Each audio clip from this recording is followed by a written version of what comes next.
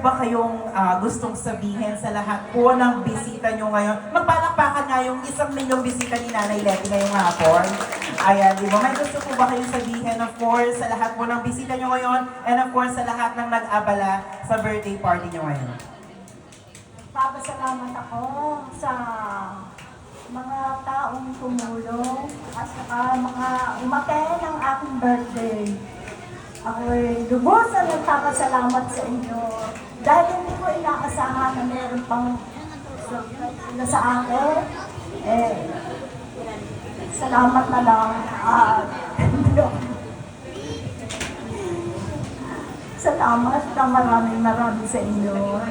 Hindi ko makakalimutan tong aking birthday na ito. Kaya, thank you Lord. Ikaw lahat ang gumabay nito. Salamat sa inyo. Wala na akong masabi.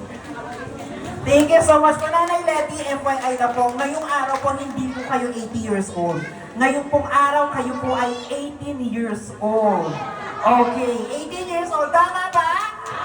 Diba? Of course, once again, palakpakan natin our birthday celebrant, Nanay Letty! Yes, maraming salamat. And now, para naman ganahan tayong lahat, kasi yung iba medyo nagugutom na. Okay, meron po kami inandang surprise para po sa inyong lahat. But this time, wala po munang gagalaw. Ang gumalaw, pinakahuling kakain. Okay.